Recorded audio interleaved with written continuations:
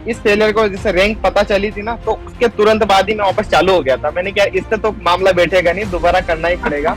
और इस बार सोचा भी था कि फाइनली मतलब जब तैयारी करने ही लगा था कि पूरे साल की टीएनसी के टेस्ट जरूर दूंगा इस बार, क्योंकि मेरे सीनियर्स की अच्छी अच्छी रैंक आई थी। 2023 का रिजल्ट जो आया था, और जैसे मैं रिजल्ट देखा तो 15-20 मिनट तक तो मान लो आंसू भी नहीं रोके थे खुद के। और तुरंत पापा का फोन। उसी प्लान को ज्वाइन करने के बाद मैं रेगुलर जो आप टेस्ट करवाते थे उसी स्ट्रेटेजी से टेस्ट देता था, टाइमिंग वही रखता था। डेली रैंक आती थी, रात को रैंक देख के सोता था।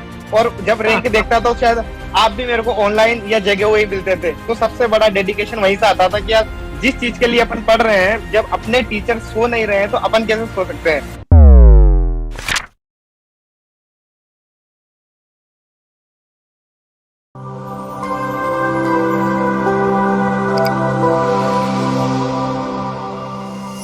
नमस्कार, एक बार फिर से आप सभी साथियों का हार्दिक स्वागत, अभिनंदन टीएनसी के इस ऑनलाइन प्लेटफॉर्म में। और आज हमारे साथ है एक और टॉपर्स जिनसे जानने वाले हैं संघर्ष की कहानी, किस प्रकार से लगातार फेलियर पे फेलियर मिलने के बाद भी लगातार मेहनत को कंटिन्यूअसली करना है, और उस मेहनत के साथ और लगातार अपने आप के ऊपर संयम रखते हुए कैसे कंटिन्यूटी बनाई जाती है, उस रैंकर से बातचीत करने वाले हैं। तो सबसे पहले तो बहुत बहुत बधाई और शुभकामनाएं राहुल सुमन जी।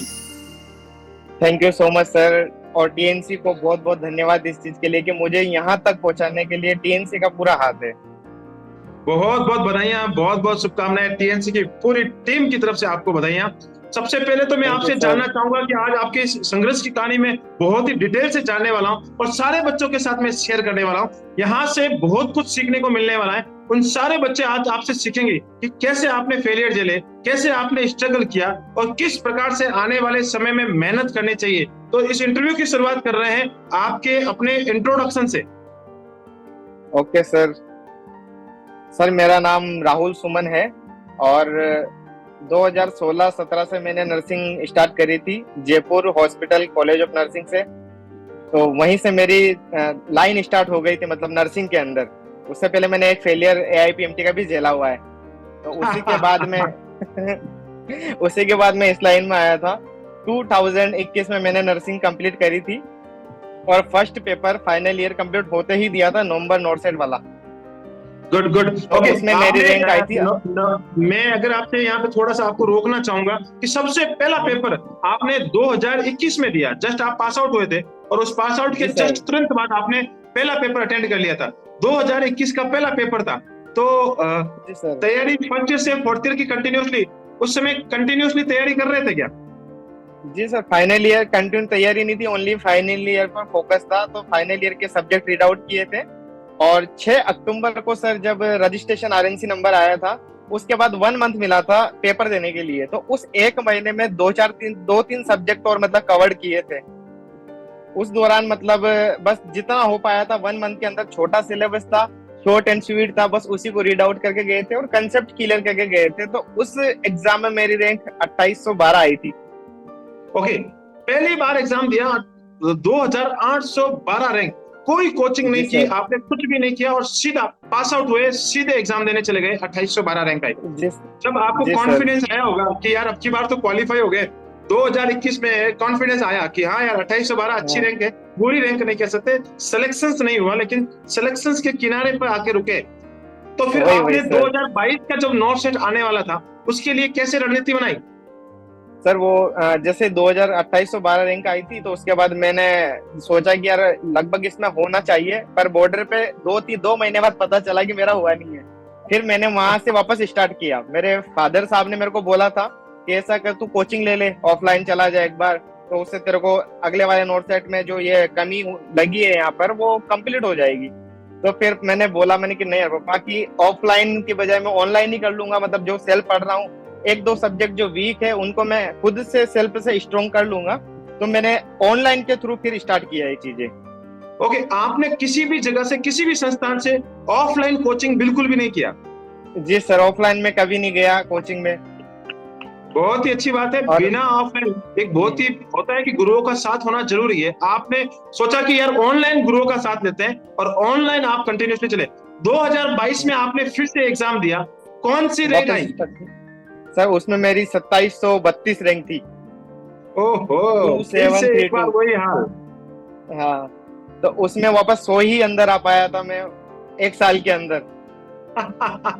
ऐसे तो आप सोच रहे होंगे कि 2812 से लेके फिर 2732, मतलब 100 की डिस्टेंस अब की बार 1 साल में पार हुई है। अगर ऐसे ही हाँ डिस्टेंस पार करेंगे तो लगभग 28 साल लग जाएंगे टॉप 100 आने में। तो ये तो बहुत ही बड़ा जब एक दुविधा भरा माहौल रहा होगा आपके लिए। बहुत सर मतलब ये मान लो कि जब जब भी सोता था तो रात को यही रैंक याद आती थी कि यार शायद एक दो क्वेश्चन और सही हो जाते तो उसमें थोड़ा सा और अंदर आ जाता। ओके, 2 फेलियर कंटिन्यूसली झेल लिए, 2021 का फेलियर, 2022 का हम्म, फेलियर। उसके बाद जी सर। आपने क्या सोचा कि यार अब क्या किया जाए? पापा ने तो सही सर बोला था कि चला जा, लेकिन मैंने माने नहीं। अब तो ऑनलाइन को मैंने बनाया है ब्रह्मास्त्र, तो ऑनलाइन को मैंने पूरा ब्रह्मास्त्र बनाया, तो ऑनलाइन के साथ क्या किया जाए? तो फिर आपने क्या किया? सर उसके बाद मैंने वापस 23 के लिए मैं इस फेलियर को जैसे रैंक पता चली थी ना तो उसके तुरंत बाद ही मैं वापस चालू हो गया था। मैंने क्या इससे तो मामला बैठेगा नहीं, दोबारा करना ही पड़ेगा। और इस बार सोचा भी था कि फाइनली मतलब जब तैयारी करने ही लगा था कि पूरे साल की टीएनसी की टेस्ट सीरीज जरूर दूंगा इस बार, क्योंकि मेरे सीनियर्स की अच्छी अच्छी रैंक आई थी जो 500 के अंदर भी थे और 500 600 यही रैंक लेके बैठे थे। तो मैंने क्या इस बार मैं पूरे साल टीएनसी के साथ जरूर रहूंगा और ओके, तो रेगुलर मुझे टेस्ट मुझे सीरीज ज्वाइन करनी है। बिल्कुल बिल्कुल बिल्कुल, आपने फिर टीएनसी के साथ आपने टेस्ट सीरीज के साथ और भी कोई प्लान ज्वाइन किया था या only test series plan join किया था? सर टीएनसी के साथ ये वीडियो एमसीक्यू जो आप सोल्व करवाते थे उससे बहुत बेनिफिट होता था। जो ओके, वीडियो दो एमसीक्यू में प्लान देखता आपने था ज्वाइन उसके किए, आपने वीडियो एमसीक्यू बेच के साथ टेस्ट सीरीज को चूज किया और सोच लिया कि भैया अब की बार तो निकालना ही नहीं निकालना है और टीएनसी के साथ जी सर। कंटिन्यूसली चलना है। तो लगातार जी आप सर, हमेशा टीएनसी के साथ चलते गए। टीएनसी के साथ रेगुलर हो गया। जैसे ही टीएनसी ज्वाइन किया उसके 1 या 1.5 महीने बाद एसजीपीजे का पेपर हुआ था तो उसमें भी मेरी 643 रैंक आई थी यूआर जनरल कैटेगरी से। गुड, हाँ अब आपको लगने लग गया कि हाँ यार इस बार अब करामात हाँ होने वाली है, टीएनसी के साथ चल रहे हैं, तो रैंक आने का जो हाँ, सिलसिला है वो चालू हो गया। उसके वो बाद चालू आपने हो क्या गया था। किया? उसी के बाद मैं टेस्ट रेगुलर देता था और अपने जो एम्स जून फिक्स हो गया था, आपने पहले ही बता दिया था कि एम्स जरूर जून में होना है। तो फिर मैं तुरंत जो आपने 2023 वाला प्लान लॉन्च किया था मैंने 1.5 सेकंड से उस प्लान को देना चालू किया और उसी प्लान को ज्वाइन करने के बाद मैं रेगुलर जो आप टेस्ट करवाते थे उसी स्ट्रेटेजी से टेस्ट देता था। टाइमिंग वही रखता था, डेली रैंक आती थी, रात को रैंक देके ही सोता था। और जब रैंक देखता था तो शायद आप भी मेरे को ऑनलाइन या जगह वही मिलते थे। तो सबसे बड़ा डेडिकेशन वहीं से आता था कि यार जिस चीज के लिए अपन पढ़ रहे हैं जब अपने टीचर सो नहीं रहे हैं तो अपन कैसे सो सकते हैं। ओके ओके, गुड, बहुत ही अच्छा, एक हाँ अच्छी मैसेज आपने दिया कि डेडिकेशन। देखो लेट नाइट में बहुत मेहनत करता हूँ, पूरी टीम मेहनत करती है और पूरी टीम के साथ हमें क्वेश्चंस मेकअप करने होते हैं, खुद से क्वेश्चन बनाने होते हैं, क्वेश्चनों की लैंग्वेज को घुमाना होता है, बहुत ज्यादा मेहनत लगती है, तब जाके 100 क्वेश्चन का पेपर तैयार होता है। और उसके लिए रात जी रात सर। 3 3 बज जाते हैं, कभी कभी 4 बज जाता है। और उसी लेट नाइट में वो कभी कभी रिजल्ट भी लेट हो जाता है, रात को 2 बजे तक रिजल्ट डालते हैं। तो डेढ़ कभी दो ऐसा नहीं बजे लगा, कभी कभी ऐसा नहीं लगा कि ये टीएनसी वाला यार रात को 2 बजे रिजल्ट क्यों डालता है, थोड़ा जल्दी कर दे? नहीं सर, कभी ऐसा नहीं लगा। मतलब मान लो 11 11:30 हम भी टेस्ट देके फ्री होते थे तो उसके बाद थोड़ा सा वो लगता था कि आएगा आएगा, पर वो है कि टीएनसी के रैंक वाला मैसेज देख कर ही मैं सोता था। जैसे मतलब फोन भी साइड में रहता। वो था ना सर कि 2 साल का जो फेलियर था वो नींद भी नहीं आने देता था इतनी जल्दी। तो जब आपका मैसेज बचता था ना तो मैं देख ही लेता, मैंने कि टीएनसी का मैसेज आ गया तो पहले रैंक देख लेता हूँ फिर नींद आएगी। बहुत ही अच्छी बात है। और मैं एक चीज और जानना चाहता हूँ, जब आप लगातार इस तरह से चलते गए तो 2023 का रिजल्ट किस रूप में आया? सर 2023 का रिजल्ट जो आया था और जैसे मैं रिजल्ट देखा तो 15-20 मिनट तो मान लो आंसू भी नहीं रुके थे खुद के। और तुरंत पापा का फोन और उनकी बधाइयां, मेरे को सबसे पहले मम्मी की बधाइयां। फिर भी मतलब आंसू रुक ही नहीं पा रहे थे क्योंकि जो फेलियर से इतना डिस्टेंस है 10 गुना अंदर आया हूँ पूरा कंप्लीटली। मतलब इतना तो पता था कि सिलेक्शन होगा पर ये पता नहीं था कि इतना 500 के अंदर लेके जाऊंगा रैंक को। और ये चीज जो आप बताना चाहेंगे कि इस 2023 में, अब मुझे एक बार रैंक भी बताया कि मैं रैंक का इवोल्यूशन यहीं पे कर देता हूँ हाथों हाथ। जी सर, मेरी रैंक इसमें ऑल इंडिया 256 आई है, 256। बहुत ही बड़ा आंकड़ा हासिल किया, 2812, फिर 2732 और फिर 256। यानी मैं पहले बोलूंगा एक साल में 100 का गैप भर पाए। और टीएनसी के साथ आपने 10 गुना स्पीड के साथ काम किया और 10 गुना आपकी रैंक को अच्छी रैंक लेके आ गए। बहुत बड़ा कारनामा आपने कर दिखाया, बहुत ही बड़ी बात है। और सर ये विद इन 2 मिनट, ये 2 मंथ वाली गैप था जो आपने 2 मंथ का टेस्ट सीरीज चालू किया था जून के लिए, वो उसी में मैंने मतलब ये सारे काम किए हैं। बहुत ही अच्छी बात है। और कंटिन्यूटी आपने जो मेहनत की है, लगातार फेलियर झेला, उसके बाद आपने टीएनसी के साथ वीडियो एमसीक्यू प्लान भी ले लिया, साथ ही साथ आपने टेस्ट सीरीज प्लान लिया। मैं यहाँ से हमेशा बच्चों को टेस्ट सीरीज के बारे में पूछता हूँ, मैं आपको आज वीडियो रेशनल के बारे में पूछता हूँ कि वीडियो रेशनल कैसे लगते थे? सर वीडियो रेशनल का एक बेनिफिट ये मिलता था कि जहां उलझ रहे होते थे ना, तो वो चीज क्लियर हो जाती कि यार कि अपन गलत कहाँ हो रहे हैं। और जब चारों एलिमिनेशन वाले मेथड वीडियो में ही पता चलते हैं, एक्चुअल में अपन खुद से एलिमिनेशन जब सोचते हैं तो थोड़ा सा नेगेटिविटी आती है, बट सर कोई एक्सप्लेन चीज करते थे ना, तो उस चीज को हम पूरा देखते थे कि यार ये गलत हुआ तो नेक्स्ट टाइम क्यों गलत नहीं होना चाहिए, इस पर पूरा फोकस रहता था। तो इसी तरह धीरे धीरे इंक्रीमेंट हुआ। और जो टीएनसी की टेस्ट सीरीज में जो रैंक आती थी वही एम्स में रैंक आई है। सबसे बड़ी बात ये, मतलब रेगुलर टेस्ट सीरीज देने का फायदा ये होता था कि जो टीएनसी की रैंक होती थी सेम एम्स में रैंक निकली है, उससे ना कोई ज्यादा ना कोई कम। ये मेरे लिए भी बहुत ही खुशी की बात है, प्राउडेबल मोमेंट है कि आप जैसे विद्यार्थी बहुत ही मेहनत करते हैं। और कुछ ही बहुत बच्चे ऐसे सोचते हैं कि यार ये हम खुद से कर लेंगे, मेहनत करते हैं और फिर रह जाते हैं, फिर मेहनत करते हैं फिर रह जाते हैं, और फिर हमारे साथ जुड़ के इतना बड़ा अच्छा करते हैं तो हमें बहुत ही अच्छी फीलिंग आती है और बहुत ही अच्छा लगता है। एक टीचर को तो बस इतना ही चाहिए कि उसका बच्चा सेलेक्ट हो जाए, और सेलेक्ट जब बच्चा होता है तो बहुत ही अच्छा फील होता है कि हमारी वजह से हमारी मेहनत, तो रात दिन में जो हमने मेहनत की है और हमारे साथ जुड़ के जो आपने मेहनत की है उसका परिणाम जब अच्छी रैंक में आता है तो बहुत ही अच्छा फील होता है। चलो मैं आपसे आज बहुत सारे यूनिक क्वेश्चन और भी पूछने वाला हूँ।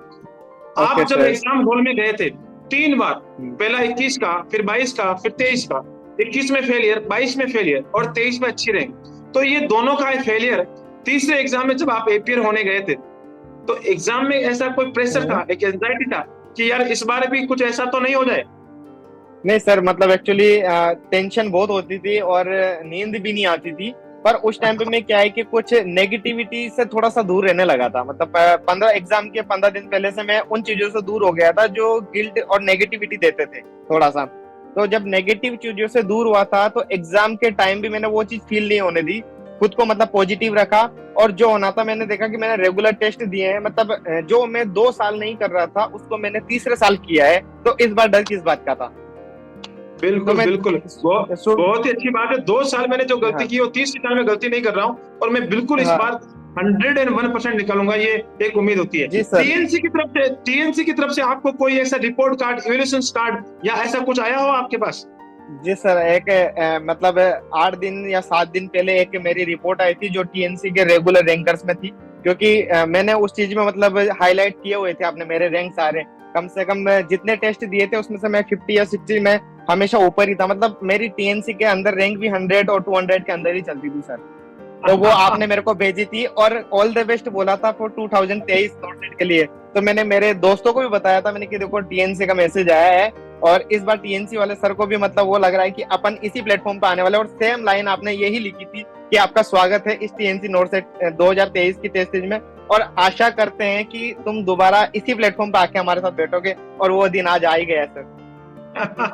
बिल्कुल, मुझे पता होता है कि वो जो एक्चुअली पूरी की पूरी टीम इवैल्यूएशन रिपोर्ट बनाती है, हर एक्सपर्ट उस इवैल्यूएशन रिपोर्ट में काम करता है, और वहां पे बिल्कुल एक कार्ड दिया जाता है कि एक बच्चे को ग्रीन कार्ड देते हैं, येलो कार्ड देते हैं, रेड कार्ड देते हैं। और ग्रीन, येलो और रेड, जहां पे ग्रीन अच्छे से काम होता है तो वहां पे टीम को लग जाता है ये बच्चा रैंकर्स बनेगा और रैंकर्स बनेगा।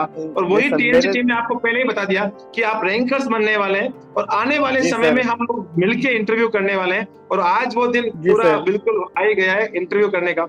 एक चीज मैं और आपसे जानना चाहता हूँ कि आपके पास 3 साल का एक्सपीरियंस है और ये एक्सपीरियंस बहुत ही काम की चीज है।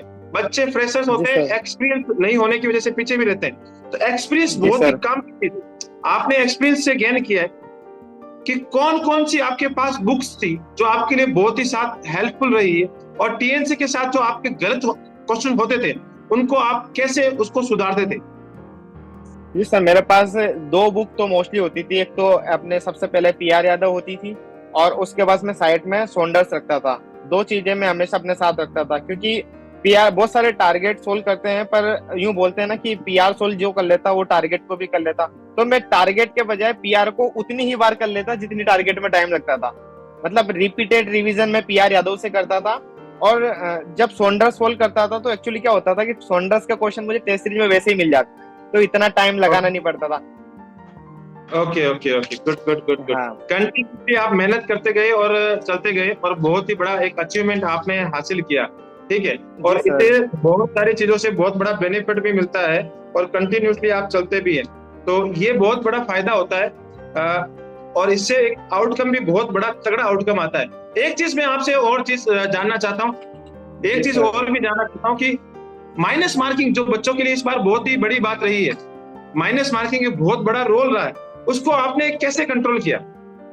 सर मेरा ये था कि 2021 और जो 22 का जो सिलेक्शन रुका हुआ था वो भी एक्यूरेसी की वजह से ही रुका हुआ था। मतलब कि मैं माइनस मार्किंग अटेम्प्ट कम क्वेश्चन करके आता था और उसमें गलत कम होते थे पर 80-20 की वजह से रुक जाता था।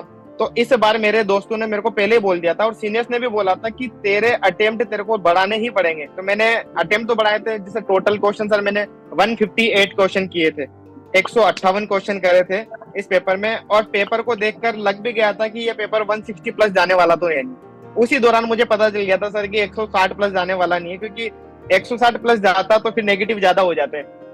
ये हाँ जो कला है वो प्रैक्टिस से आती है, हाँ और प्रैक्टिस आपने इतनी अच्छी कर रखी थी, उससे आपको जी बहुत सर। ही बड़ा बेनिफिट मिला और आपने 158 क्वेश्चंस किए और एक बहुत ही बड़ा अचीवमेंट लिया। रोजाना टीएनसी के साथ भी आपकी यही रैंक आती थी और बहुत ही अच्छी बात है, बहुत जी सारी सर सजेशन। यही रहेगा। अब लास्ट में मैं आपसे एक बहुत ही बड़ा सवाल पूछने वाला हूँ, और बहुत ही जो फ्यूचर नर्सिंग ऑफिसर्स हैं इस समय तैयारी कर रहे हैं उनके लिए जी बहुत सर। ही बड़ा सवाल है। वो ये चाहते हैं कि टॉपर्स जो कि बहुत ही अच्छी रैंक, राहुल सुमन जी ने एक बहुत ही अच्छी रैंक को हासिल किया 256, इनके जी स्कोर सर। को हम तोड़ना चाहते हैं, इनके जो जो इन्होंने हासिल किया इनसे भी अच्छी रैंक लाना चाहते हैं, तो इन्हीं के मुंह से बता दिया जाए कि एक की पॉइंट, एक रामबाण और एक सजेशन सुन लिया जाए जिससे बहुत ही बड़ा बेनिफिट मिले, तो वो सजेशंस क्या है? सर मेरा सजेशन सभी को यही रहेगा कि एक्चुअल में जो डेली प्रैक्टिस करते हैं उसका बेनिफिट तो मिलता ही है, प्लस जो थ्योरी आप लोग पढ़ रहे हैं उस थ्योरी को अच्छे से रिवीजन करिए और टीएनसी का पैक जरूर खरीदिए जो 2023 11 मार्च से भी चालू हो गया है, इस साल वाला सितंबर के लिए। मतलब मैंने मेरे कुछ जूनियर्स को भी बताया था कि यार ये पैक जो चल रहा है तुम्हें भी लेना है और रेगुलर मॉक दीजिए, मॉक देने का बेनिफिट मिलेगा। टेस्ट दोगे तो टेस्ट में क्या है कि अपन को बेनिफिट मिलता है उस चीज का, रैंक अच्छी आती है तो कॉन्फिडेंस रहता है, थ्योरी अच्छी पढ़ते हैं तो थ्योरी भी सही, थ्योरी मतलब प्रैक्टिस हो जाती है अपनी थ्योरी के अंदर भी। और लास्ट में जो अपना कॉन्फिडेंस कम होता है वो टेस्ट की रैंक से बेनिफिट मिलेगा उसका, जब टेस्ट की रैंक 100-200 बहुत ही तक अच्छी आएगी। बात बताई है, और साथ ही साथ जो आपने बताया टेस्ट सीरीज, और मैं इस यहाँ पे एक इंक्लूड कर रहा था वीडियो एमसीक्यू भी इसके साथ बहुत ही बड़े जरूरी हो गए हैं बच्चों के लिए, जी क्योंकि सर। बच्चों के वीडियो एक्चुअली सर जो वीडियो एमसीक्यू होते हैं वो इसलिए बेनिफिट होते हैं क्योंकि रेशनल पता चल जाते हैं। आपका जो वीडियो बेस्ड एमसीक्यू आता है यूट्यूब पे भी, जो आपने पुराने पेपर्स के डाले थे वो भी मैंने देखे थे सर, और ज्यादा टाइम नहीं लगता है सर, एग्जाम की स्पीड इतनी होती है कि ब्रेन उस प्रकार से काम करने लग जाता है। तो मॉक देने जरूरी है, मैं सभी को सजेस्ट करता हूँ कि टीएनसी के साथ जरूर जुड़िए, रेगुलर टेस्ट दीजिए और अलग अलग बुक नहीं पढ़नी ही नहीं पड़ेगी आपको अगर टीएनसी का, क्योंकि सर खुद सॉन्डर्स हो गए, मोसवी हो गए, सारे एमसीक्यू टेस्ट के अंदर डालेंगे। जब 100-200 एमसीक्यू डेली सोल्व होंगे तो आपको थ्योरी के साथ एमसीक्यू यहीं से मिल जाएंगे, भटकना ही नहीं पड़ेगा बिल्कुल सर। बिल्कुल बिल्कुल, कहीं भटकने की जरूरत नहीं है कहीं पे भी, हाँ क्योंकि एक्सपर्ट्स की जब टीम काम करती है तो सारे क्वेश्चनों का निचोड़ लेके आती है, पूरे टॉपिक को पूरे डिटेल से निकालती है, हर एक जी चीज को सर। निचोड़ निकाल के आपको अलग अलग तरीके से, अलग अलग अंदाज से आपको क्वेश्चन पूछती है, और उन्हीं क्वेश्चनों का वीडियो जी रेसर सर। बनाती है, जिससे आपका टाइम बचता है और आप बहुत ही ज्यादा एडवांस जी तरीके से सर। अच्छी रैंक को हासिल करते हैं। तो इस इंटरव्यू सेशंस को आपने जी सर। अटेंड किया, बहुत ही बड़े सजेशंस दिए और बहुत ही अच्छा लगा, आपने अपने एक्सपीरियंस को सबके साथ शेयर किया, अपने फेलियर जी की सर। जर्नी को और अपनी सफलता की जर्नी को दोनों को शेयर किया, उसके लिए जी बहुत सर। बहुत धन्यवाद। आप हमेशा थैंक ऐसे ही अपना नाम, अपने माता पिता का नाम, जिस इंस्टीट्यूट से आते हैं उस इंस्टीट्यूट का नाम, उस उन गुरुजनों का नाम, और साथ ही साथ जहां से आपने कंटिन्यूटली जहां जिस धरती पे रह रहे हैं उस धरती का नाम, और साथ ही साथ फाइनली टीएनसी का नाम हमेशा रोशन करते रहे। जय हिंद, जय भारत, वंदे मातरम। Thank you so much. Okay, thank you so much sir, और प्रणाम आपको वापस से अगेन कि आपके आशीर्वाद से ही सर इतना सब कुछ पॉसिबल हो पाया है। और 2023 की रैंक सर यूं मान लो कि आपकी टेस्ट सीरीज की वजह से इतना अच्छा पॉसिबल हुआ है। वरना मतलब सेल्फ बहुत से बहुत तो इतना ही धन्यवाद। हो रहा था कि सेल्फ से तो 2 बार ये हो रहा था कि फेलियर, पर जब से आपसे जुड़ा हूँ तो उसके बाद रैंक भी मिली है, और इतनी अच्छी रैंक मिली है कि घर के पास वाला एम्स भी मिल जाएगा इस बार। बिल्कुल बिल्कुल। और ये दिल से दुआ निकली है, ये दिल से दुआ निकली, तो दिल से दुआ निकलती है तो मजा ही कुछ और आता है। और आपकी दुआओं जी का सर। असर है कि टीएनसी लगातार रैंकर्स बना रही है और लगातार हमेशा मेहनत करेगी। और आपके जैसे बच्चे हमारे साथ जब जुड़ते हैं, रैंकर्स बनते हैं, जब इंटरव्यू देते हैं, तो हमारा जोश जी सर। और ज्यादा दुगुना हो जाता है, और तेजी से मेहनत करने का मन करता है, और हम लगातार मेहनत कर रहे हैं और आप जैसे और रैंकर्स बनाते रहेंगे। तो बहुत बहुत धन्यवाद इंटरव्यू अटेंड करने के लिए। Thank you so much sir.